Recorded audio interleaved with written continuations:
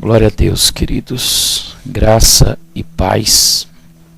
Nós estamos dando início a mais um programa Renovados em Cristo, da Igreja Renovada em Cristo, Ministério Apostólico. Nós estamos estudando a série Autoridade e Submissão, ou Submissão e Autoridade. E hoje nós vamos meditar na série de número 3 sobre submissão e autoridade. Série número 3. A palavra que nós vamos meditar é em Números capítulo 16, a partir do versículo 1. Mas antes eu quero ler 1 Samuel 15, versículo 23, que diz: Pois a rebeldia é como o pecado da feitiçaria. A parte A do versículo: a rebeldia ou rebelião é o pecado como que de feitiçaria, como o pecado da feitiçaria.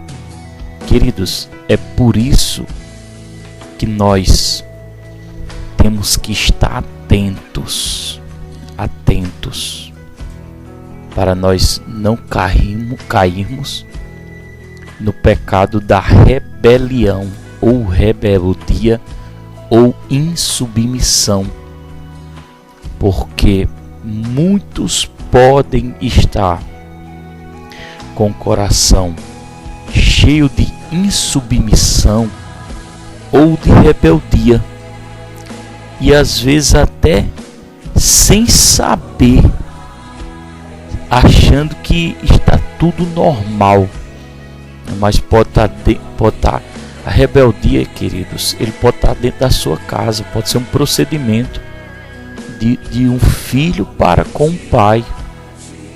O filho que não se submete ao pai, ele é rebelde. E como diz na leitura de 1 Samuel 20, capítulo 15, versículo 23, que a rebeldia é um pecado como um pecado de feitiçaria. Fala claramente que é um pecado como um pecado de feitiçaria. A rebeldia é um pecado como um pecado de feitiçaria. Então você vê que como é que a Bíblia trata, né? E se o cara não se submete a seu pai, não se submete a sua mãe, ele é um rebelde. Ele está se rebelando contra o próprio Deus. Está se rebelando contra o próprio Deus, porque quem se rebela contra pai e mãe se rebela contra o próprio Deus. Pai e mãe, eles são uma autoridade na nossa vida, constituída por Deus, né? São constituídos por Deus. E tem um versículo na Bíblia também, Efésios, diz que o filho que é rebelde, que não se submete a seu pai nem a sua mãe, ele não viverá muito tempo sobre a terra, não terá vida longa e nem tudo dará certo. Nem tudo dará certo na sua vida. Por quê? Porque foi um filho rebelde com seu pai e com a sua mãe. E Deus tem nojo e detesta a rebeldia e qualquer tipo de rebelião. É detestável qualquer tipo de rebeldia, e rebelião é detestável diante de Deus, né? No livro de Números, capítulo 16, fala também de um procedimento de rebelião de um grupo de pessoas contra a autoridade de Moisés, que era o líder na época dos hebreus, que Deus levantou como instrumento de Deus para salvar aquela nação da corrupção daquela época, do faraó, do Egito, do governo do Egito, que queria escravizar Israel, que queria escravizar os hebreus, não é? Deus escolheu Moisés, e Moisés como líder para guiar aquele povo. As pessoas começaram a desacreditar da voz profética de Moisés e começaram a se rebelar contra Moisés, dizendo: será que Deus só fala por meio desse Moisés aí? Deus fala por meio de nós também, rapaz. Quantas pessoas, até mesmo dentro das igrejas, que diz: oxente, quer dizer que Deus só fala com o pastor agora? Deus fala com nós também. Claro que Deus fala particularmente com cada um de nós, principalmente pelo Espírito Santo em nosso espírito, mas Deus também levantou pessoas, homens de Deus, paternidades espirituais sobre a nossa vida. Ninguém caminha só, sobre a nossa vida, com autoridade espiritual sobre nós. E se rebelar contra essas autoridades é se rebelar contra o próprio Deus, Vamos lá? Capítulo 16, versículo do 1 em diante, diz: Corá, filho de Números, capítulo 16, versículo 1 em diante. Corá, filho de Izar, neto de Coate, bisneto de Levi, reuniu Datã e Abirão, filhos de Liabe, e On, filho de Pelete, e toda a tribo de Ruben. E eles se insurgiram contra Moisés. Olha que interessante esse primeiro versículo. Corá, que foi um dos líderes dessa rebeldia, dessa rebelião, esse espírito satânico que operava na vida dele, começou a reunir algumas pessoas. Abirão, filho de Eliabe, On, filho de Pelete, todos da tribo de Ruben, se reuniram. No versículo 2, e eles se insurgiram contra Moisés, se reuniu para colocar essas pessoas contra Moisés. Isso acontece dentro das igrejas, onde pessoas insubmissas não concordam com seus pastores, seus líderes, e começam a trazer comentários indevidos, e começa a se reunir em grupinho entre pessoas para fazer comentário indevido por inspiração satânica, que eles nem sabem que estão sendo inspirados pelo diabo, para fazer discórdia e não aceitar, não começa a fazer uma publicação contra o seu líder, contra a sua autoridade. E isso, eles estão sendo observados pelos olhos de Deus. Eles insurgiram contra Moisés. Continuação do versículo 2. Com eles estavam 250 israelitas, líderes bem conhecidos na comunidade, que havia sido nomeado membro do concílio. Ele conseguiu, 250 pessoas aliadas, conseguiu corromper essas pessoas contra Moisés. E no versículo 3 diz: eles se ajuntaram contra Moisés e Arão e lhe disseram: basta, a assembleia toda é santa, cada um deles é santo, e o Senhor está no meio deles. Então por que vocês se colocam acima da assembleia do Senhor? Está vendo? Eles ficaram revoltados com Moisés, porque depois que Moisés, pelo braço de Deus, conseguiu tirar aquela nação, os hebreus, daquele domínio de Faraó, eles começaram a caminhar em direção à terra prometida no deserto, e eles começaram a passar por provações também, situações difíceis, porque a nossa fé é demonstrada quando a gente passa pelas as dificuldades. Mas eles começaram a murmurar, desconfiar de Moisés. que tinha sido levantado com uma missão por Deus, né? E se rebelaram e começaram a dizer, todo mundo, toda a Assembleia é santo, quer dizer, não é só esse Moisés aí não é?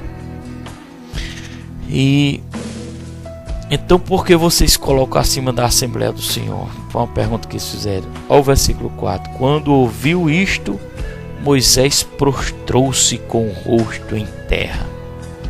Depois disse a Corá e a todos os seus seguidores: pela manhã o Senhor mostrará quem lhe pertence e fará aproximar-se dele aquele que é santo, o homem a quem ele escolheu. Foi a resposta que Moisés deu.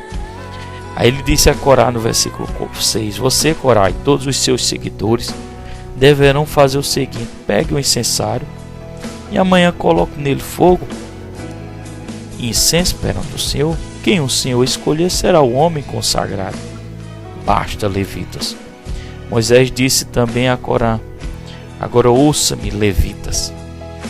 Não lhe é suficiente que o Deus de Israel os tenha separado do restante da comunidade de Israel e os tenha trazido para junto de si, a fim de realizar o trabalho no tabernáculo do Senhor, para estarem preparados para servir a comunidade. Ele trouxe vocês e todos os seus irmãos levitas para junto dele, e agora vocês querem também sacerdote. É contra o Senhor que vocês e todos os seus seguidores se ajuntaram. Quem é Arão para que se queixe contra ele? Interessante que Moisés foca e diz: é contra o Senhor que vocês estão se levantando, né? Então, queridos, o final desse relato não foi agradável para esses líderes que se rebelaram contra Moisés. Eu vou pular aqui para vocês verem qual foi o final desse acontecido.